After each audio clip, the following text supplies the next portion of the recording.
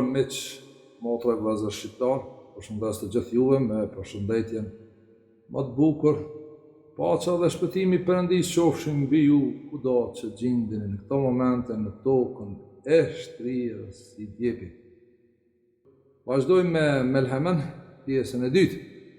Tani, siç po e shihni, jam në faqen sunna.com, në anën e djathtë e keni narracionin në gjuhën arabe, në anën e majtë e keni të përkthyer në gjuhën angleze.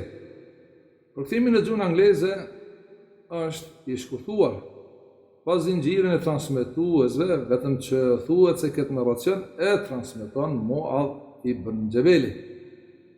Profeti sallallahu alaihi wasallam tha: shteti i Jeruzalemit do të lulëzoj kur Jethribit jetë ngërmadha. Ngërmadhat e Jethribit do të sjellin ndaljen e Melhemës, luftës madhe.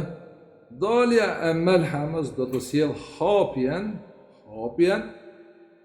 Fatha, zakonisht e përkthejmë pushtimin e Konstantinopolës, dhe hapja e Konstantinopolës sjell daljen e Dexhallit. Ai, profeti, e goditi shpatullën e Muadhit në dorën e tij dhe tha: kjo është aq e vërtetë sa jeni këtu ose si jeni ulur. Pra, ky narracion observohet lexuesve kushton në përkthim, jo vetëm në anglisht, por edhe në shumë gjuhë të tjera. Ndërsa në këtë video propaganduese të ndjekësve të Imran Husejnit, pjesa tjetër e metnit, thelbit të hadithit ka rënë krejt. Dalja e Melhemës do të sjellë hapjen, pushtimin e Konstantinopolës, dhe hapja e Konstantinopolës sjell daljen e Dexhallit. Nasruddin Albani ka thonë se ky hadith është hasan. Gjithashtu në përkthim në anglisht, siç e shehni, ka rënë komplet zinxhiri i transmetimit. Na ka folur Abbasul Bakberiun ne, na ka folur Hashimi ibn al-Qasim 2, na ka folur Abdurrahman ibn Thabit ibn Thabban 3, prej babait të tij 4, prej Makhulim 5, prej Jubair bin Nufair 6, prej Malik bin Juhamir 7, prej Muadh bin Jabalit 8, ka thonë, siç e dini dhe siç e shihni, janë 7 emra që kanë thënë, e kanë dëgjuar se ka thonë, dhe në fund ja fusin Muadh ibn Jabalit se ka thënë profeti. Mirë, po kur e lexon anglezi, pa informuar në lidhje me të ashtu quajturat hadithe, mendon se këtë e ka shkruar Muadh ibn Jabali, sepse fillon me narrated i transmetuar nga Muadh ibn Jabali, sepse zinxhiri i 7 emrave nuk është përkthyer në anglisht.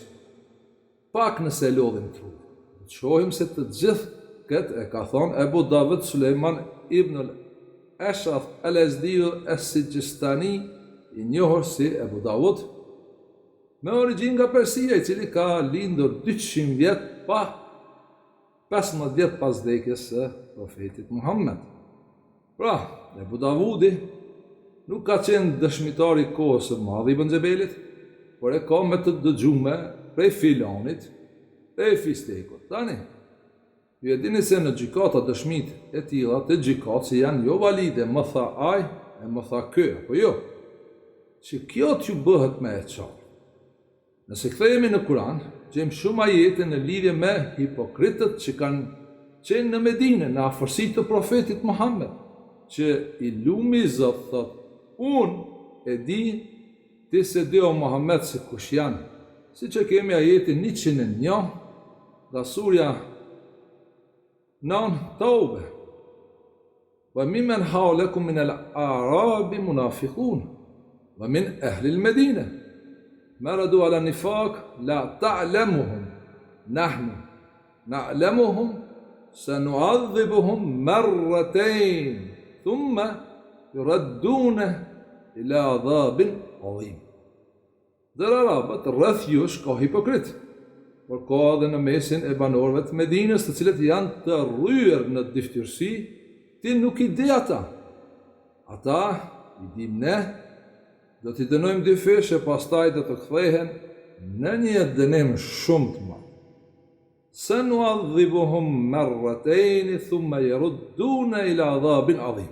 Jeni kujdes, kjo nu'adhibuhum në fjalinë e fundit të ajetit fillon me germën sin s, që është harfun istiqbal apo jo.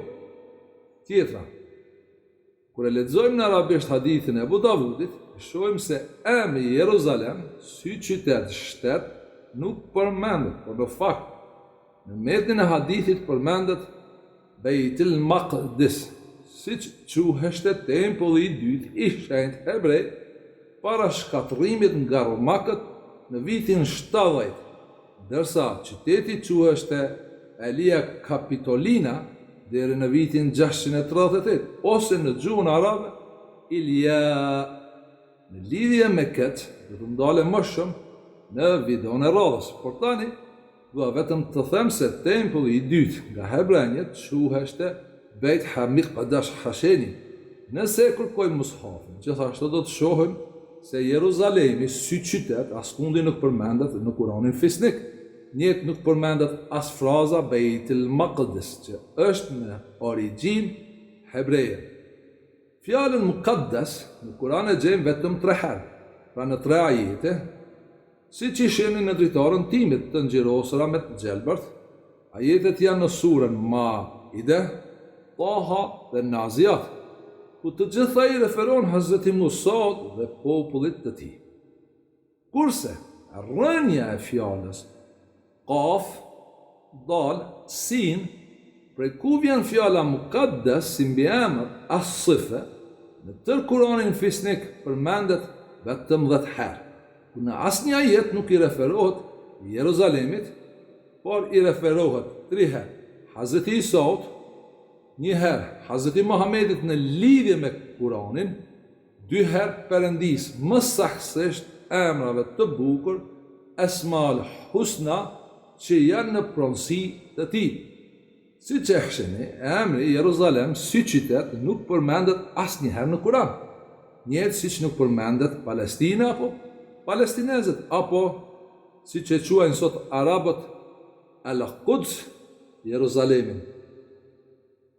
Këtë që e them është nga perspektiva e Kur'anit fisnik, por në lidhje me emrin Palestinë, ju mund të referoni edhe në libra të tjerë jashtë Kur'anit, keni informacione të mjaftueshme. Ajo që duhet të mbani mend është kjo. Unë po i lidhi pikat, siç ju thot aplikantëve të tij Imran Hussein. E lexoj historinë, arkeologjinë dhe bazohem në faktet e tyre, të dokumentuara, por gjithnjë duke pasur referencë Kur'anin fisnik. E jo interpretimet e mendjes nukleare të Imran Husseinit, ndërsa librin Sunenin e Abu Davudit e lexoj vetëm si historiografi, vetëm sa me u a torturuar shejtanin mes shuplagëve të duarve, sektarëve të Bagdadit, që deshtën të qohen pesh në shqiptari si moshrikët arabistë në shekullin e 7. Tjetër, në Sunenin e Abu Davudit, qyteti i profetit, Medinja, quhet Yathrib dhe jo Medine. Është jo e logjikshme profeti Muhammed me pas quajtur Medinën me emrin Yathrib, përderisa ajetet e Kuranit na tregojnë se kush e ka quajtur Medinën Yathrib. Nëse ju edhe këtë nuk e keni qartë, unë ju informoj se emri Yathrib në Kuran përmendet vetëm 1 herë në ajetin 13 të surës Ahzab. Dhe ky ajet ka të bëjë me kundërshtarët e profetit, kur Medinja ishte e rrethuar nga mushrikët e Arabisë, ku një grup brenda Medinës, që thonin se e njihin autoritetin e të parit Medinës, që ishte Hazreti Muhamedi, banin lidhje me mushrikët për ta kthyer këtë qytet përsëri në Yathrib. Njësë siç i kemi sot sektarët e fesë së Bagdadit në qytetet shqiptare të lidhur me agjentët e mendjeve të Osmanistanit, Arabistanit dhe Iranistanit. Që Perëndia s'ka lënë pa shpjeguar në detaje në Kur'an, Në versetin e 13 të kapitulit Ahzab, na tregon qëllimet e kundërshtarëve të Medinës, aleancën e tyre të fshehtë me mushrikët për ta kthyer Medinën në Yathrib. Prandaj, vetëm këto i lumi Zot e përdor emrin e vjetër të qytetit Yathrib e jo Medine. Wa idh qalet ta'ifatun minhum ya ahla Yathrib la muqama lakum farji'u. Një grup e tyre tha, o banorët e Yathribit, s'ka qëndrim për ju këtu, andaj kthehuni. Si qeshë, i lumi Zot, vetëm në këtë ajet, qytetin e profetit dhe ti e quan Yathrib, dhe në të gjitha rastet tjera e quan Medine qytet. Kjo është një provë e madhe të konkludojmë se Medinën Hazreti Muhamedi nuk e ka quajtur Yathrib, por Medine, se ka marrë për analizë narracionin e Ebu Davudit për Melhem. Në fakt, e ka marrë për shkak se ndjekësit e Imran Husejnit manipulojnë me këtë narracion për të kënaqur mendjet e tyre nukleare për të përshpejtuar ditët e fundit apokaliptike, që është përzierje në punë të Perëndisë.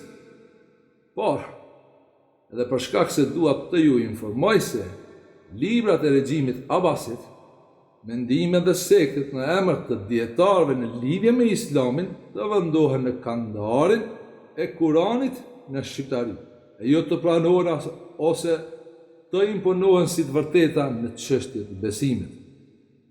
Duhet të bëhet dallimi mes profetit dhe të tjerëve, kalifëve, ashabëve të dalluar, sepse ata janë vetëm personalitete historike, dhe duhet ta kuptojmë se atyre nuk u zbriti Kurani, as nuk ishin profet, as nuk janë të garantuar me xhenet, siç ju mësojnë.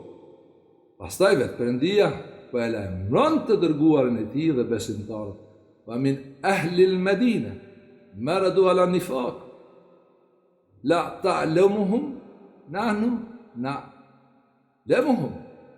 Ka në mesin e banorëve të Medinës, të cilët janë të rryer në dyftyrsi. Ti nuk i di ata, ta i dim ne. Vahi i zbriti Hazreti Muhamedit, që me caktimin e Perëndisë u zgjodh ta lexonte Kur'anin në mesin e njerëzve, sepse Hazreti Muhamedi ishte uswatun hasanatun, që ne e përkthejmë shembulli më i mirë, që nuk prish gjë ky përkthim, pasi Perëndia nuk ka lënë mangu asgjë në Kur'an, dhe vetë ai, në ajetin 21 të surës El-Ahzab, na tregon se çfarë është uswatun hasanatun. Prandaj më njëherë vazhdon fraza tjetër e ajetit dhe na informon se kjo uswatun hasanatun është me shpresuar në mëshirën e Allahut, me besuar ditën tjetër, që do të thotë ahiretin, dhe me përmendur Allahun sa më shumë, që ka qenë karakteristik e Hazreti Muhamedit sa ka qenë gjallë, që duhet të jenë edhe tonat të njëjta. Laqad kana lakum fi rasulillahi uswatun hasanatun liman kana yarju Allah wal yawmal akhir wa dhakara Allahu katira. فلما رأى المؤمنون الأحزاب قالوا هذا ما وعدنا الله ورسوله وصدق الله ورسوله وما زادهم إلا إيمانا وتسليما. Kur besimtarët pan grupet, partit, thanë kjo është ajo që në ka premtuar Allahu dhe i dërguar i tij, dhe atyre besimtarëve, kur pan grupe dhe parti, ushtohet imani, besimi, dhe nënshtrohen të Perëndia, jo të grupet dhe partit. Përderisa profeti Muhammed ka qenë njeri, përveç vahit Kuranit, është e logjikshme shumë e natyrshme se ai ka folur se çfarë do të ndodhë me popullin e tij, me arabët në të ardhmen, por kjo ka qenë vaf, sin, lokale, rajonale. Sepse në kohën e tij skena politike botërore nuk ka qenë kështu siç është sot. E shini e përdori rrënjën e fjalës v s po, që është lajmërim nga Perëndia në ajetin 143 të surës Al-Baqara. وَكَذَلِكَ جَعَلْنَاكُمْ أُمَّةً وَسَطًا لِتَكُونُوا شُهَدَاءَ عَلَى النَّاسِ وَيَكُونَ الرَّسُولُ عَلَيْكُمْ شَهِيدًا. Kështu, i bëm një bashkësi të mesit, wasatën, që të jeni dëshmitar për njerëzit dhe i dërguarit të jetë dëshmitar për ju. Pra, edhe sot shtetet ashtu quajtura arabe, njëjtë si atëherë, për Hazreti Muhamedi e ndërtoi umetin bashkësinë në Medinë, janë të mesit wasatën, ndërsa surja Al-Baqara ka 286 ajete. Mesi këtij ajeti është me numër 143. Kështu kur e shohim se cili ajet është në renditje aty, shohim se është وَكَذَلِكَ جَعَلْنَاكُمْ أُمَّةً وَسَطًا لِتَكُونُوا شُهَدَاءَ عَلَى النَّاسِ وَيَكُونَ الرَّسُولُ عَلَيْكُمْ شَهِيدًا. Nëse e marrim e shikojmë hartën e botës, qoftë modelit geocentrik, qoftë kokave trumbullakta, do të shihni se shtetet e quajtura arabe janë në mes botës, nuk janë në skaje qosheve të hartave të tokës, ashtu siç e njohim ne tokë. Këtë fjalë umme, bashkësi, e manipulojnë agentët e shejtanit për ideologjizma, për identitetet e tyre sektaro religjioze në favor të interesave politike të shteteve të lindjes së mesme, për supermaci, duke i dhënë kuptim të përgjithësuar fjalës së Kuranit umme, duke e lidhur se bëhet fjalë për një ummet islam, që do ta sundoj botën me kalifatin e tyre pak para kiametit. Kjo ummetul islamia, lere që nuk përmendet askundi në Kuran, që është të kundërshtim të plot me ajetin 143 të Kuranit fisnik, me konceptin e librit të Perëndis Kitab Allah. Kështu që disa sektarë të fesë të Bagdadit i devijojnë fjalët e Perëndis dhe besimtarët e pa informuar shqiptarë i manipulojnë dhe i fusin kotë së koti me konspiracione në rrugë të devijimit. Në lidhje me fjalën ummet, jo që nuk i keni parë video, do komentaret e mia, është mirë të shikoni 5 video të kapitullit Gjuha ime kombim, që janë në playlist të ky kanali imi në YouTube. Por, nëse nuk keni kohë, mos e leni pa e parë videon 4 në këtë kategori e titulluar kombim. Perëndia saktësisht po na lajmëron se arabët, populli i profetit, janë VSO të mesit dhe dëshmitar, e jo sundimtar. Pra, kur i përmbahen Kuranit fisnik, janë dëshmitar. Nëse nuk i përmbahen Kuranit, atëherë i dërguari i Perëndis me mesazhin Ra, Sin, Lam, Risale, është dëshmitar i tyre. Wa yakuna ar-rasulu alaykum shahida. Pra, i popullit të tij, i arabëve, e jo i shqiptarëve, apo i kretë dynjas. Kjo sa ka qenë gjallë Hazreti Muhamedi, por mos harroni një gjë.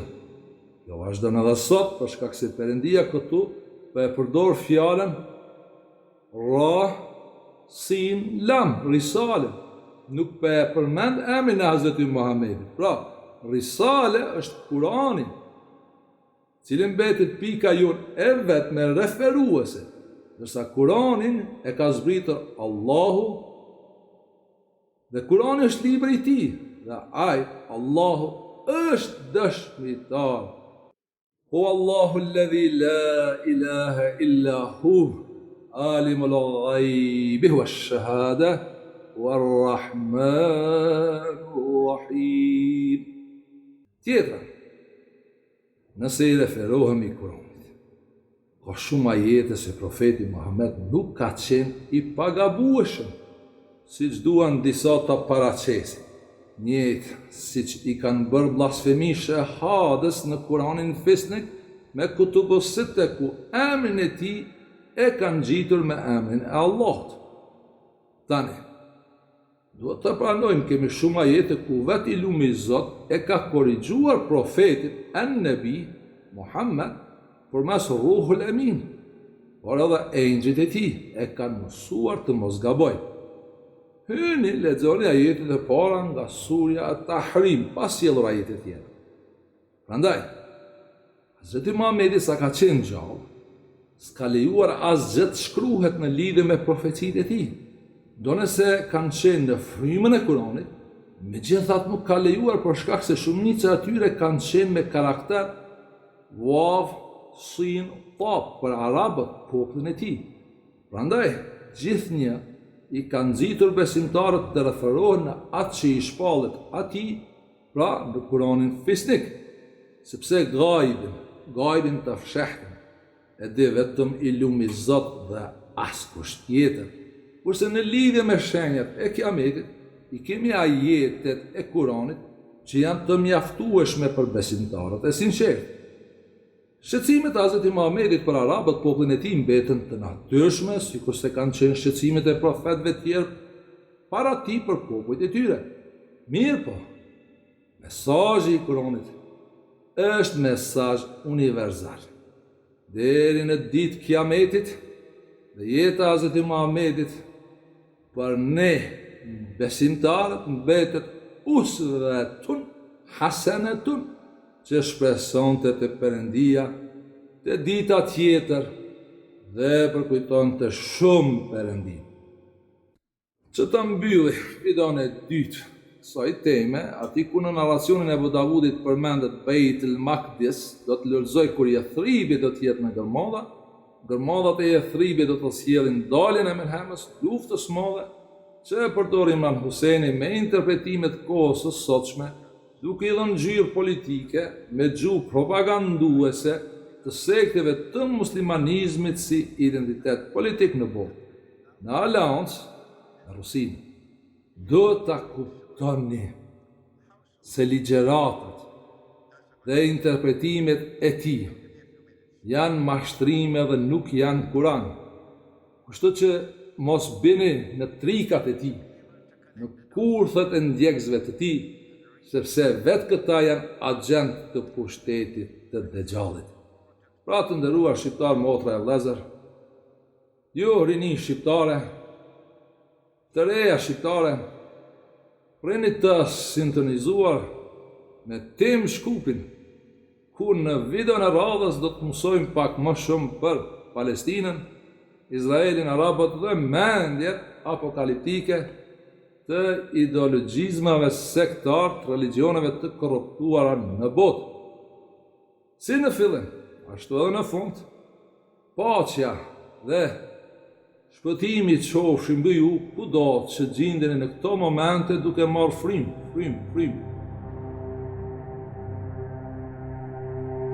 në tokën e shtrirë si djegë.